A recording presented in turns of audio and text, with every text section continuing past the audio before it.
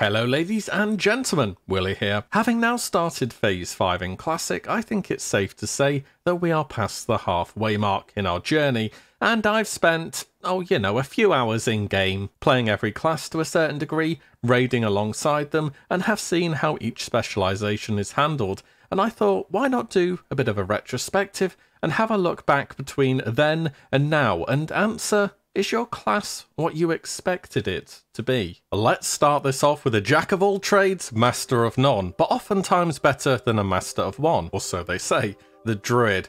The following were my final words from my Was It Any Good video on the Druid. I think it depends on what you expect from your experience with Classic. If you are a more hardcore player, they aren't that great. If you intend to play more casually, they are a super good choice. For hardcore players, Druids are mainly just healers unless you know people in the right place who will allow you to compete and play the other specializations during raids. Saying that, some people will want that, and that's fine. Druids just tend to be more expected to fulfill that one healer playstyle, and you should be aware of that. For more casual players who intend to take their time, they are a solid leveler, capable in solo play, and offer a great deal of versatility to any party. Also, you can't forget the benefits of travel form when farming or mining or doing herbalism. And you know what? I don't think I was too far off here, though given my first-hand experience with the class in Classic, I certainly have more than a few points to add to what I just said there. And just so you know, I have leveled a Druid to 60, I've done endgame dungeons, a good deal of PvP through Battlegrounds, and though I have not raided personally, I believe I have a pretty good impression of what makes a Druid perform well at endgame. So let's set out to answer the question in the title. I did the leveling with a group for once on my Druid with some returning players, though we didn't dungeon spam or do anything like that. We just did usual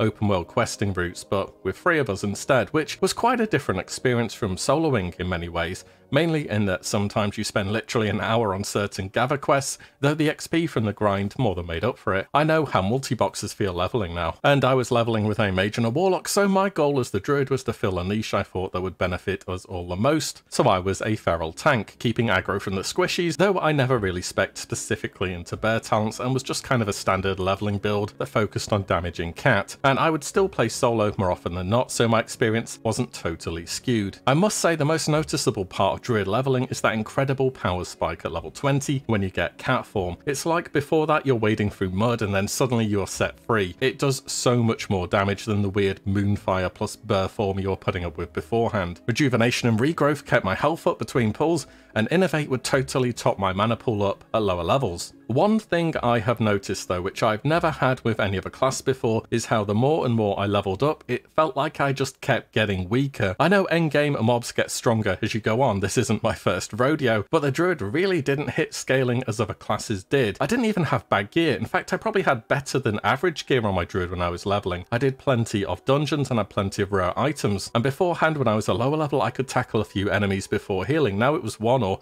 2 if you get lucky. Innovate went from fully regenerating my mana bar to barely covering a third of it. It really felt like I was going backwards towards the end few levels, which I'd never really experienced with any other class, though the earlier leveling did somewhat make up for it. What about Moonkin leveling though? I tried it for a short period of time, didn't like it. There's just so much downtime. You have a choice of stacking loads of intellect to have a decent mana pool and then not doing that much damage, or stacking loads of arcane wrath items and doing good damage but going after basically killing 1 of anything. Also, you have no spell pushback mitigation talents and are fully reliant on entangling roots to kite mobs, which you cannot use indoors, meaning certain areas or dungeons completely hamstring your main CC. Also, if you do go full balance and get Moonkin form, you will find that Insect Swarm is a restoration spell, so you can't cast it in Moonkin form, and it's really not worth leaving form to cast that 1 damage over time. How about the endgame though? Well, that was more or less what I expected. The majority, and I mean the vast majority of Druids, are restoration. Your tier sets of restoration,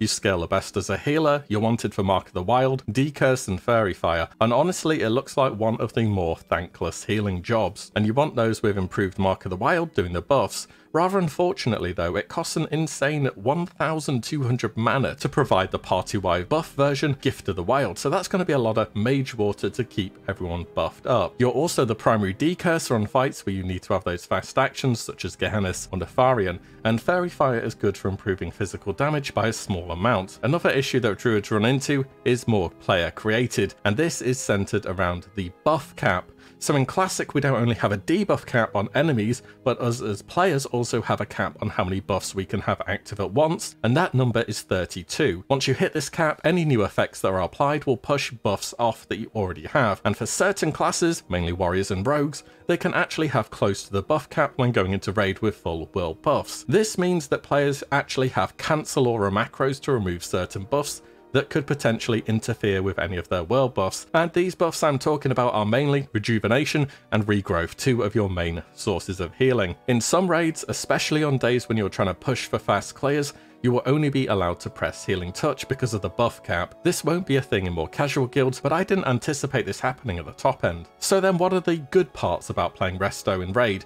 You get your tier fast, like really fast. There just simply isn't much competition. Beyond that though, there is certainly competition for the other big healing items like Locomia or Rejuvenation Gem and so on. Also, you actually get to see your character's model, which I think is a good thing. I think tier 2 looks pretty cool. That one blue robe though, that's going to be a bit more of a tough sell. But there are still 3 other specializations too. What are my experiences with them? I've healed a feral tank once in a raid. Yep, not too many of them about, and many more times than that in dungeons though, and I have to say, this tank had not too much gear, and I was assigned as their main healer on my paladin, which made me a little bit worried, but honestly it was far easier than healing warriors in a lot more gear. Feral tanks are just a big pile of health and armor, and that's all they're really designed to be, and it was so much nicer to heal than a medium geared Fury tank. The damage intake was far more smooth, and whilst they were mainly off tanking and generating less threat, having a tank with over 10,000 health in medium gear without flasking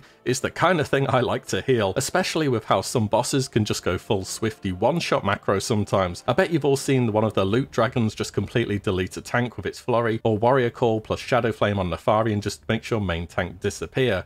The downsides are, of course, you can't pot as a druid without dropping form, which is doable through macros, but parry haste is a thing, it's pretty risky. Also, they cannot compete with the amount of threat that Fury tanks can put out, especially Thunder Fury tanks. Also, they don't get Wind Fury, and you have to look at the burr model for your whole time playing, and you compete with hunters and rogues on quite a few bits of loot, so it's a bit of a mixed bag for the feral tank. I do still like them though, at least from a healer point of view. What about feral DPS? This is a spec that I really like in theory. It's easily the most involved DPS specialization in classic World of Warcraft, between power shifting with the Wolf's Head Helm and the Fura talents to maximize energy gains, farming out manual crowd pummelers in Gnomeregan as your best in slot weapon. Yes, the best weapon as a feral druid is something you get from a level 30 dungeon, since their melee damage is based upon stats, not weapon damage, as it is with the other physical damage dealers. So why do I just like them in theory? Well, I like to perform reasonably well in raids, and if you are just DPSing normally as a druid, there is a pretty sizable difference when you compared to somebody who is actively using all of these things like power shifting and MCPs to boost their damage. And then we have balanced druids, which are quite a bit further behind the rest, even with optimal gear. To be fair, it's not totally their fault. The talents for balance just aren't very good. You have no hit chance talent, a lot of dead talent points spent in things that aren't going to be doing anything useful for you. Nature damage doesn't have a debuff to amplify its damage like Arcane does through Curse of Shadows, so you're basically pigeonholed into only ever pressing Starfire, and on top of that, Moonfire usually doesn't get a debuff slot, and then the other 2 talent trees for druids are pretty much just only for Feral and Resto. There's next to nothing of use for balance in there. Balance only has the balance tree, despite the name, which makes the spec into basically press Starfire over and over, a 3-second cast. With how fast many mobs die in Classic, well, you might only barely get a second cast off on them. Also, how does Starfire work indoors when Roots doesn't? Looks like a bit of a plot hole there, Blizzard. Still, content isn't exactly hard, is it? I'd love a laser chicken in my group for that 3% extra crit. It's just if you aren't a DKP guild, I'd imagine a loot council would have a pretty hard time seeing the first Neltharian's teardrop and thinking, yeah, we need this to go for the Moonkin for sure. In fact, I'd call shenanigans if that ever happened. The fact that you are also in competition for loot with basically every single other caster in the game only adds to the problem. So what are the good things about being a Moonkin then? Well, you're a special snowflake. The dance is pretty good. Moving on then, how have druids fared on the PvP side? Well, it turns out what they're really, really good at, as expected, is running away, which is useful sometimes. In Warsong Gulch as a flag carrier mainly. With the PvP set on, Travel Form is a 55% movement speed boost, which is crazy good. Add on top they can shift out of any roots or slows, and then Burr Form Charge, yep, the spec is about as good as it gets for taking a flag from point A to point B. Apart from this, Druids are solid in open world PvP, but they have the chance to kite, make the use of entangling roots, and reset constantly. However, in many other group scenarios, other classes just counter their kit very well. As a cat, you can't really take many fights melee to melee for too long without having to go bear. Balance has poor mana efficiency and relies on crits very heavily.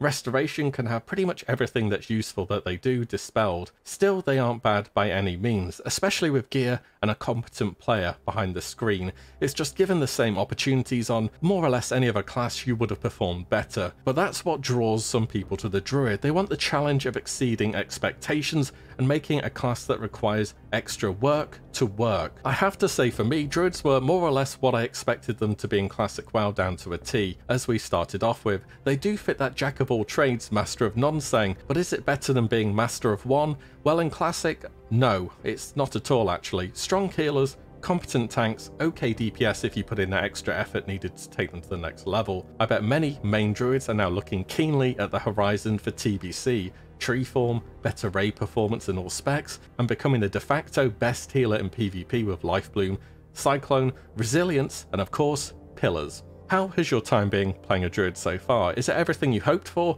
or have you ended up taking a reroll at some point? Let me know below. Oh, and if you enjoyed this and want to see your class next, hit me up below with your suggestion, and I will consider it. As always, I do hope you guys enjoyed this video, and I will see you in the next one very soon. If you like what you see, do give the video a like and subscribe, as there will be plenty more to come. Take care guys, and I'll see you in the next one very soon.